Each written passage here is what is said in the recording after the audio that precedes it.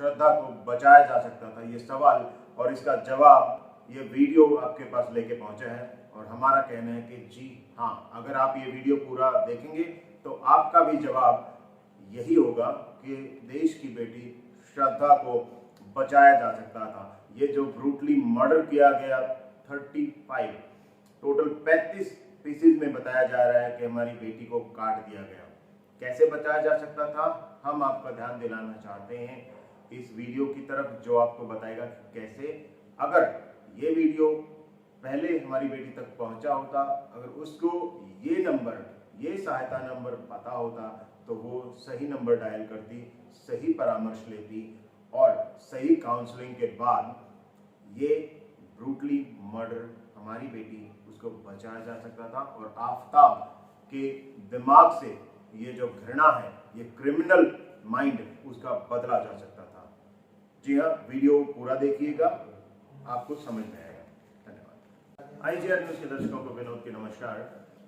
आज आपको ऐसे शख्स से मिलवाना चाहते हैं जिन्होंने ये जानकारी हम तक लाके ना सिर्फ हम पे एहसान किया है, एक तरह से हमारा सपना पूरा कर दिया है। काफ़ी दिनों से हम भी इस कोशिश में थे कि इस तरह की कुछ योजनाएं, कुछ स्कीमें आम जनता तक पहुंचाई जाएं जो उनके लिए बनी है। सरकार सिर्फ और सिर्फ उनके लिए बनाती है पर उनको जानकारी तक नहीं हो पाती है। आज आपको मिलवा रहे हैं राहुल जी से। राहुल जी नमस्कार। नमस्कार सर। और ख़ास बात ये है दर्शकों, ये वीडियो हम पूरी तरह से हिंदी में बनाएंगे, ना सिर्फ हरियाणा के लिए, पूरे भारतवर्ष के लिए ये वीडियो काम की चीज़ है। राहुल जी, खास बात हम बता रहे हैं, राहुल जी मेरे अपने गांव के हैं और इन्होंने मुझसे संपर्क किया कि भाई ऐसा कुछ विनोद, हम वीडियो बनाते हैं, इनके पास भरपूर ऐसी जानकारियां हैं और आज जो जानकारी आपके पास लेके पहुंचे हैं वो भारत की हर बेटी के लिए ज़रूरत की चीज़ है, हर इंसान के लिए ज़रूरत की चीज़ है, क्योंकि हर किसी के घर में बेटियां हैं, बहुएं हैं, माताएं हैं, बहनें हैं और उन सब के ये काम की चीज़ है। क्योंकि अगर हो सकता है उनको पर्टिकुलर उस चीज़ की ज़रूरत कभी ना पड़ी हो, पर उनमें से किसी पहचान वाले के लिए ये बहुत काम की स्कीम हो सकती है। तो राहुल जी, आज पूरा खुलासा करते हैं कि क्या ये योजना है हमारी बेटियों के लिए। बड़े दुख के साथ बड़ी संवेदनाएं हैं हमारी। हम वहाँ से इसको शुरू करने जा रहे हैं जहाँ आपको याद दिला दें वो दर्द, वो पीड़ा जो पूरे भारत ने सही थी, इंटरनेशनल लेवल पे उसके जिक्र हुए थे, भारत की बदनामी हुई थी और वो बेटी जो दर्द से तड़प तड़प के आखिरकार उसने दम तोड़ दिया था, उनके जो हत्यारे हैं जिन्होंने वो गुनाह किया वो भी आज सजा पा चुके हैं। हम आपको याद दिलाना चाहते हैं भारत की बेटी निर्भया की, जो 2012 में जिसके साथ सामूहिक बलात्कार किया गया था दिल्ली में और जिसके वो सामूहिक बलात्कार के बाद हर किसी ने खून के आंसू इस भारतवर्ष ने रोए थे, जिसके बाद ये योजना सरकार ने बनाई थी जिसका हर किसी को आज तक भी पता नहीं है। हमारे राहुल भाई उसी योजना से जुड़े हुए हैं, उसी संस्था में काम करते हैं जो सरकार ने बनाई है, जिसका नाम है वन स्टॉप सेंटर। इसे सखी नाम से भी जाना जाता है और इसे अम्ब्रेला योजना के भी नाम से जाना जाता है। अम्ब्रेला योजना नाम देने का तात्पर्य ये था कि जैसे अम्ब्रेला योजना में, अम्ब्रेला में कई पार्ट होते हैं ना, वैसे इस योजना में भी कई पार्ट हैं, लगभग 9 से 10 पार्ट हैं। इसे आगे बात करेंगे जी। और जैसे राहुल भाई बता रहे हैं कि ये इसका नाम वन स्टॉप सेंटर, सिर्फ एक जगह पे हर समस्या का समाधान है भारत की बेटियों के लिए। दूसरा इसका नाम रखा गया है सखी, जिसके बारे में आम जनता को अभी तक पूरी तरह से जानकारी नहीं हो पाई है। सखी मतलब हमारी भारत की बेटी की सहेली, उसकी मित्र, उसकी दोस्त बन के उसकी मदद करने के लिए ये एक योजना है। ये हर पूरे भारतवर्ष में शायद इसके, हाँ जी, ये पूरे भारतवर्ष में हर डिस्ट्रिक्ट में इस वन स्टॉप सेंटर खोले गए हैं। इसमें मान लो किसी मुख्यतः जो आप अम्ब्रेला की बात कर रहे थे, क्या क्या इसके अंदर आता है? इसमें पुलिस की सहायता करवाते हैं, अच्छा कानून की सहायता। सबसे पहले एक बार माफी चाहूंगा बीच में रोक रहा हूँ, सबसे पहले एक बार ये बताएं राहुल जी कि कौन कौन हमारी भारत की बेटी, कौन कौन ऐसी महिलाएं हैं जो किस तरह की ऐसी घटनाएं हैं जिस मौके पे वो सखी सेंटर में जा सकती हैं? जैसे रेप विक्टिम है, घरेलू हिंसा से पीड़ित है, या मान लो किसी ने लावारिस से बाहर निकाल दी। सबसे ज्यादा तो मान लो अगर हमें हमारे को कोई रोड पर चलती हुई मिली, उसका ना कोई लावारिस है वो, तो पुलिस वाले की तो ड्यूटी है, आम नागरिक की भी वो ड्यूटी है। अगर वो मिलती है तो सबसे पहले यही आता है माइंड में कि उसको छोटे काम है, सबसे पहले तो 181 पे फोन कीजिए। फिर हर डिस्ट्रिक्ट में ये सेंटर खुले हुए हैं, जैसे हमारे रोहतक डिस्ट्रिक्ट में ये डी पार्क पे महिला आश्रम वाली गली में वहाँ पे वन स्टॉप सेंटर खोला गया। तो हर एक जिले में एक वन स्टॉप सेंटर है। हाँ जी। तो आपको फिर से इस पे ध्यान दिला दें कि कौन कौन इसकी सहायता ले सकते हैं। रेप विक्टिम मतलब बलात्कार की पीड़ित महिला, बलात्कार जिसके साथ हुआ हो या बलात्कार की कोशिश की गई हो, घरेलू हिंसा। अब घरेलू हिंसा एक बड़ा टॉपिक है। घरेलू हिंसा सिर्फ ये नहीं कि पति या घर में से कोई उसके साथ मारपीट करता है, पति के अलावा घर में से कोई भी इस तरह की शारीरिक पीड़ा, मानसिक पीड़ा अगर उसको देते हैं, सास ताने मारती है, दहेज लाने की दहेज प्रथा भी इसके इस पे थोड़ा लाइट डालें आप। कौन कौन सी घरेलू हिंसा की जब बात करते हैं इसमें क्या क्या? घरेलू हिंसा में कोई भी आ सकता है, हमारी बहन, हमारी माँ, हमारी बुआ, चाची, ताई, वे सभी घरेलू हिंसा से पीड़ित हो सकती हैं। जैसे कि मान लो अगर घर में सास भी ये ताना मार देती है, फलाने ने तो गाड़ी दे दी, तू के लाई थी, ये हो गया उसको मानसिक पीड़ा देना। जो करेक्टा याद है ना तुमने? हाँ जी। मान लो अगर आप वो फिर आता है जैसे उसे मानसिक तौर पे टॉर्चर करना, गाली गलौज करना, हर मतलब टाइम पे उसको कोसते रहना, ये आती है। बार बार कोसते रहना, दूसरों से तुलना करना, फलानी तो क्योंकि वीडियो सबके लिए बना रहे हैं, माफी चाहूंगा हरियाणवी में नहीं, तो जिस तरह से दूसरों से तुलना करना, पड़ोसियों से कि उसकी वाइफ तो ये लेके आई थी, उनकी बहू तो ये लाई, तुम तो कम लाई, तुम तो भूखे घर की हो, तुम तो गरीब घर की हो, तुम्हारे माता पिता ने तुम्हारे लिए क्या किया, हमें कुछ नहीं दिया, इस तरह की घटनाएं। और किसी के रंग भेद के ऊपर भी किस तरह के ताने मारना, इस तरह भी किसी को लड़का नहीं हो रहा हो, सिर्फ लड़कियां हो रही हो, वो भी ताने मारना, वो भी घरेलू हिंसा का हिस्सा है। और मान लो जैसे हम अदर कास्ट से शादी कर लेते हैं, फिर भी अगर घर वाले कॉम्प्रोमाइज कर लेते हैं, पड़ोसी उसको मान लो बाहर निकले, ये कहते हैं तू तो फलानी जाति से, ये भी घरेलू हिंसा का ही हिस्सा है। बिल्कुल शारीरिक रूप से टॉर्चर करना, मारना पीटना, ये नहीं है कि पति टॉर्चर करता है, इसमें कोई भी टॉर्चर कर रहा हो, वो सभी घरेलू हिंसा में आते हैं। जी, एक मिनट में जातिवाद पे जरूर इस पे एक टिप्पणी को यहाँ पे करना चाहूंगा कि किसी भी राज्य में हो, अगर दूसरे अंतरजातीय शादियां करते हैं, जो सरकार इस चीज पे बढ़ावा देती है कि अंतरजातीय आप शादियां कीजिए, खासकर हमारे हरियाणा में तो अंतरजातीय शादी करने पर सरकार की तरफ से आर्थिक मदद भी दी जाती है। बाकी राज्यों में इस तरह की भी स्कीम हो सकती हैं। हम यहाँ पे याद दिलाना चाहते हैं कि किसी भी जातिवाद को IGR न्यूज़ बढ़ावा नहीं देता है और हम जातिवाद पे भरोसा नहीं करते हैं। कोई दूसरी जाति की महिला से अगर शादी करता है तो इस तरह के ताने आमतौर पे समाज में देखे जाते हैं कि तू तो दूसरी छोटी जाति की है या तू बड़ी जाति की, तो हमारा तुम कुल खराब कर दिया, इस तरह की घटनाएं सामने आती हैं। वो भी घरेलू हिंसा में ही शामिल है। वो उस तरह की हिंसा से पीड़ित हमारी बेटियां, हमारी बहनें, 181 ये नंबर है सरकार का दिया हुआ, इस पे फोन करें, तुरंत आपके पास पुलिस सहायता दी जाएगी। इसमें मान लो बाल विवाह से पीड़ित है जी, वो भी सहायता ले सकता है। अच्छा, यौन शोषण से पीड़ित है, वो भी सहायता ले सकता है। महिला तस्करी अगर होती हुई दिखे तब भी आपने 181 पे फोन करना है। मान लो कोई गुमशुदा या अपहरणग्रस्त मिल गई महिला, उसी टाइम पे भी 181 पे फोन करना है।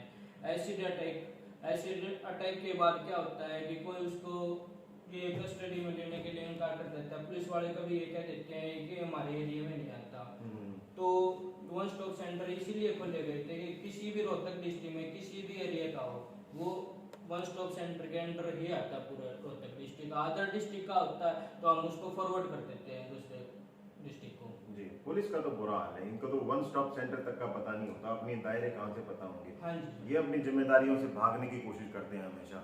वन स्टॉप सेंटर के हम बताना चाहेंगे। लाखन माजरा थाने में भाई ने विजिट किया था, वहाँ पे लाखन माजरा रोहतक डिस्ट्रिक्ट के अंडर में थाना आता है। उनको आज तक पता ही नहीं कि वन स्टॉप सेंटर या सखी नाम का कोई अलग से एक विभाग बना दिया गया है, जो जिसके अम्ब्रेला के अंडर, इस अम्ब्रेला के अंडर लाखन माजरा थाना भी आता है। उनको खुद को पता नहीं है सचो तक, तो बाकी किसको बताएंगे, कैसे मदद देंगे? तो 181 एक नंबर है जिस पर आप संपर्क करें। आगे आप बता रहे थे कि एसिड अटैक की जो बहनें हैं जो उससे पीड़ित हैं, वो भी 181 पे संपर्क कर सकते हैं। और अम्ब्रेला में और क्या क्या आते हैं? जैसे साइबर क्राइम वाले, साइबर क्राइम में आता है जैसे किसी की अश्लील वीडियो बना देते हैं, उसको ब्लैकमेल करते हैं, या अश्लील फोटो वगैरह, किसी के पास अश्लील मैसेज करना, ये भी साइबर क्राइम में आता है। और सबसे ज्यादा तो साइबर क्राइम ही बढ़ावा आज के दिन बढ़ावा जा रहा है। जो अभी भी कुछ दिन पहले की बात है, चंडीगढ़ यूनिवर्सिटी का मामला बहुत बड़ा उछला था वहाँ पे, और वो साइबर क्राइम के अंडर में आता है।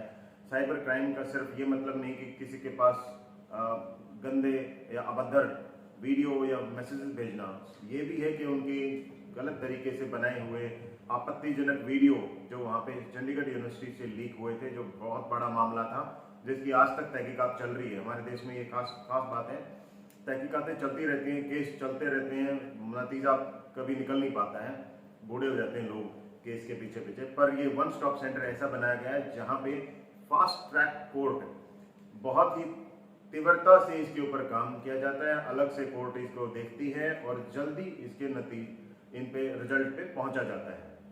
सर आप थोड़ी देर पहले ये बात कर रहे थे, जैसे लाखन माजरा थाना या किसी चौकी को ये पता क्यों नहीं? क्योंकि उनको कभी बताया नहीं गया। जैसे एसपी सर हमारे रोहतक डिस्ट्रिक्ट के या पहले के, उन्होंने एक जागरूक कैंप लगवाना चाहिए ताकि हर पुलिस वाले को पता चले, वे उनके ट्रेनिंग का हिस्सा बनवाना चाहिए, ताकि जो नई स्कीम आती है उनके रिलेटेड उनको शुरू में ही पता चल जाए, ताकि ये हमारे पास में ये सेंटर है, तभी जागरूक होंगे। ऐसा मान लो कोई भी है, स्कीमें तो सरकार बहुत सी चलाती है, मगर घर घर तक उसको पहुंचा नहीं पाती, और पहुंचा देती है तो किसी को प्रॉपर पता ही नहीं होता। सबसे मेन तो यही है। मान लो अगर सरकार कैंप लगवाती है, हम 10 महिलाएं इकट्ठे करके उनको बता देते हैं, वो महिलाएं 10 को और बता देंगी। तो सोशल मीडिया का या टीवी का सहारा इसीलिए लेना पड़ता है ताकि फोन हर घर में है, हर बंदे के पास है। तो मान लो किसी को हम जो डिस्कस कर रहे हैं, किसी को एड्रेस याद नहीं है तो रिवर्स करके भी देख सकता है। इसलिए सोशल मीडिया का सहारा आज के टाइम पे बहुत जरूरी है। तो ये सोशल मीडिया तो सभी के लिए ओपन है। जैसे आप बात करते हैं, एसपी साहब की जिम्मेदारी बनती है या फिर डीजीपी साहब की जिम्मेदारी बनती है। हर कोई अपनी जिम्मेदारी या तो निभाना नहीं चाहता है, किसी कारण से निभा नहीं पाता। कुल मिला के आखिरकार इसका खामियाजा जो भुगतना पड़ता है वो आम जनता को। स्कीम बनी जनता के लिए, और जो हमारे प्रधानमंत्री जी कहते हैं डिजिटल भारत का सपना साकार करने की बात करते हैं, तो डिजिटल भारत में जानकारी पहुंचाना बहुत आसान हो चुका है थैंक्स टू कोरोना, जिसने हर घर में स्मार्टफोन डेटा अवेलेबिलिटी करवा दी है। सभी के बच्चे पढ़ते थे स्कूलों में, किसी ने ऑफिस का काम करना पड़ता, तो तकरीबन हर घर में आज स्मार्टफोन है, नेट चलाते हैं, सबके पास ये जानकारी पहुंचना बहुत आसान हो चुका है। पर जिम्मेदारी जिन अधिकारियों की है, जिस सरकार की है, वो शायद किसी वजह से पिछड़ रहे हैं। और हमारे भाई साहब बात कर रहे थे कि ये काफ़ी दिनों से जिस सेंटर पे काम करते हैं, वो तकरीबन वो इंतजार करते हैं कोई तो उनको पास फ़ोन करे, किसी कोई तो मदद के लिए पहुंचे। पर जब इनको पता चलता है, जब वे ग्राउंड पे जाके देखते हैं कि तो लोगों को जानकारी ही नहीं है स्कीम की। तो इस वीडियो के माध्यम से ना सिर्फ हम अपनी उन भारत की बेटियों तक पहुंचना चाहते हैं, उनको मदद पहुंचाना चाहते हैं, बट बाकी सबको भी जागरूक करना चाहते हैं। तो कृपया इस वीडियो को ज़्यादा से ज़्यादा आपने शेयर करना है। और आगे राहुल भाई इसके बारे में और भी बात करेंगे, वो भी आप ध्यान से सुनिएगा। आपका फ़ोन नंबर भी अपना वो संपर्क के लिए देंगे, किस तरह से आप कैंप लगवा सकते हैं और क्या क्या कर सकते हैं, क्या क्या मदद आप इनसे ले सकते हैं। तो सर एक बात और मैं कहना चाहूँगा, इसकी ज़रूरत आपने क्यों आन पड़ी वन स्टॉप सेंटर की, क्योंकि 2012 में जो निर्भया कांड हुआ था ना, उसको देखते हुए उसके बाद ये वन स्टॉप सेंटर खोले गए थे, और 1091 भी उसी के बाद महिला हेल्पलाइन नंबर जारी किया गया था। तो मेरी हाथ जोड़ से सभी से या सरकार से ये रिक्वेस्ट है, मान लो अब घटना हो जाती है, उसके बाद हम सभी कदम उठा लेते हैं, ठीक है, तो क्या हमें ये हमारा फर्ज नहीं बनता कि उस घटना होने से पहले हम वो करें। मान लो निर्भया कांड हुआ था, उसमें जो बस वाले थे उन्होंने उससे पहले कई वारदात की थी, जैसे कि उसमें बस में बिठाते थे, उनको चोरी वगैरह करते थे, पर्स छीन लेते थे, तो कोई उनकी शिकायत नहीं करता था। तो आम जनता का भी फर्ज है, मान लो कोई फर्स्ट टाइम कोई क्राइम करता है तो उसकी तुरंत सूचना दे, ताकि वो आगे बड़ा क्राइम ना कर सके। अगर वो निर्भया कांड में भी अगर वो मान छोटा कांड या जो भी कोई छोटी गलती करते ही वो पकड़े जाते तो इतना बड़ा नहीं होता। बिल्कुल बिल्कुल, ये बहुत बड़ी बात है। Prevention is better than cure. Preventive action लेना बहुत जरूरी है। अगर कोई भी छोटी मोटी घटना होती है, घर में होती है, चाचा, ताऊ, भाई, मामा का लड़का, मामा, फूफा, इस तरह की छोटी मोटी ज्यादातर घरों में ये घटनाएं देखी गई हैं जिनको आम तौर पे दबा दिया जाता है। अगर वो घटना जो भाई साहब बता रहे हैं, अगर वो उन घटना को हम पहली बार दबाएंगे, दूसरी बार वो क्रिमिनल एक्टिविटी करने वाला इंसान, उसका हौसले बढ़ेंगे और वो बड़ी किसी घटना को अंजाम देगा। अगर आपको सजा दिलाना चाहते हैं या नहीं दिलाना चाहते हैं, लेकिन वन स्टॉप सेंटर सखी जो 181 पे आप डायल करेंगे, वहां पे काउंसलिंग भी की जाती है। न सिर्फ ये कि वहां पे सजा दी जाती है, अगर प्रिवेंटिव एक्शन हम लेना चाहते हैं, सावधानी बरतना चाहते हैं, तो वो घटना वहां पे जाके इसके बारे में बात करें। वहां पे उचित परामर्श न सिर्फ पीड़ित को, बल्कि जो पहली बार जिसने छोटी मोटी घटना करी है और आगे हम चाहते हैं कि वो हमारा ही बच्चा है, हमारे घर का है, हम उसको मौका देना चाहते हैं, उसके लिए भी वहां पे परामर्श की सुविधा दी गई है, ताकि उसको सही तरह से कंसल्ट करके आगे उसके दिमाग से गंदगी निकाल दी जाए, इसकी भी सुविधा वहां पे है। हाँ जी, मान लो किसी का लड़ाई झगड़ा हो जाता है, लड़ाई झगड़ा हो जाता है, तो जो काउंसलिंग की सुविधा है, तो कई बार ये समझ के जाते हैं कि वहाँ पैसे लगेंगे, सब कुछ फ्री ऑफ कॉस्ट है, एक बार, 2 बार, 10 बार आप काउंसलिंग वहाँ करवा सकते हैं। और यहाँ वकील की सुविधा बिल्कुल फ्री है। किसी को फर्स्ट एड की सुविधा या मान लो किसी को बीमारी है, वो भी वन स्टॉप सेंटर की ही जिम्मेवारी है, वो उनकी दवाई वगैरह सब कुछ। और वन स्टॉप सेंटर बिल्कुल सेफ है, वहाँ महिला कांस्टेबल की ड्यूटी होती है, वहाँ एक खाना बनाने मल्टीपर्पज वर्कर की ड्यूटी होती है, और एक गार्ड की भी ड्यूटी होती है, और वहाँ पे सीए भी होता है। सीए भी होता है। ये बात कर रहे हैं सर, बात कर रहे हैं कि वहाँ पे हर तरह की सुविधा आपके लिए है। जैसे इसके नाम में लिखा गया है वन स्टॉप सेंटर, आपने सिर्फ एक बार फोन करना है, वहाँ पे सारी सुविधाएं, पुलिस की सहायता, वकील की सहायता, किस तरह की कोई चिकित्सा की सहायता की जरूरत हो, इसके बाद भी किस तरह की आर्थिक मदद की जरूरत हो, वो सारी मदद सरकार की तरफ से मुहैया करा दी गई है। विनती करते हैं आपसे, आप सभी से हाथ जोड़ के कि कृपया करके भारत की हर बेटी तक ये जानकारी पहुंचाएं, हर घर तक ये जानकारी पहुंचाएं। न सिर्फ बलात्कार एक बड़ा जुर्म है, घरेलू हिंसा भी एक बड़ा जुर्म है, उसको बर्दाश्त करना भी गलत है।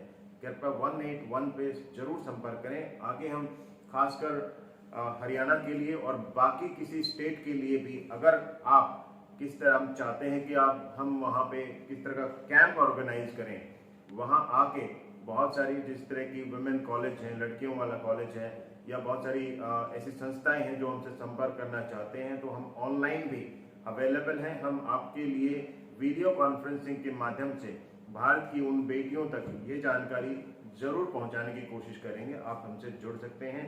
राहुल भाई, कोई नंबर आपका जरूर बता दें। जी, मान लो किसी ने भी कैंप लगवाना हो, मान लो ये नहीं है कि ज़्यादा तादाद में 10 लेडीज या 20 या कोई सरकारी स्कूल में, प्राइवेट स्कूल में, वो हमें संपर्क कर सकता है। मेरा नंबर है 81 68 66 53 72।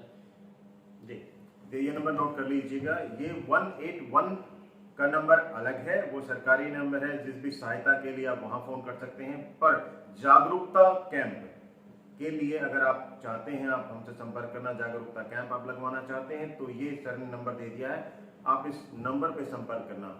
फिर से एक बार बताते हैं, वीडियो कृपया ज्यादा से ज्यादा शेयर करें, हर घर में ये वीडियो पहुंचना बहुत ज्यादा जरूरी है। बहुत बहुत धन्यवाद भाई साहब, आपका बहुत बढ़िया जानकारी थी। आप सभी दर्शकों को मेरा धन्यवाद, और ज्यादा से ज्यादा शेयर करें ताकि हर घर में, हर महिला तक ये जानकारी पहुंच सके। जी, बहुत बहुत धन्यवाद।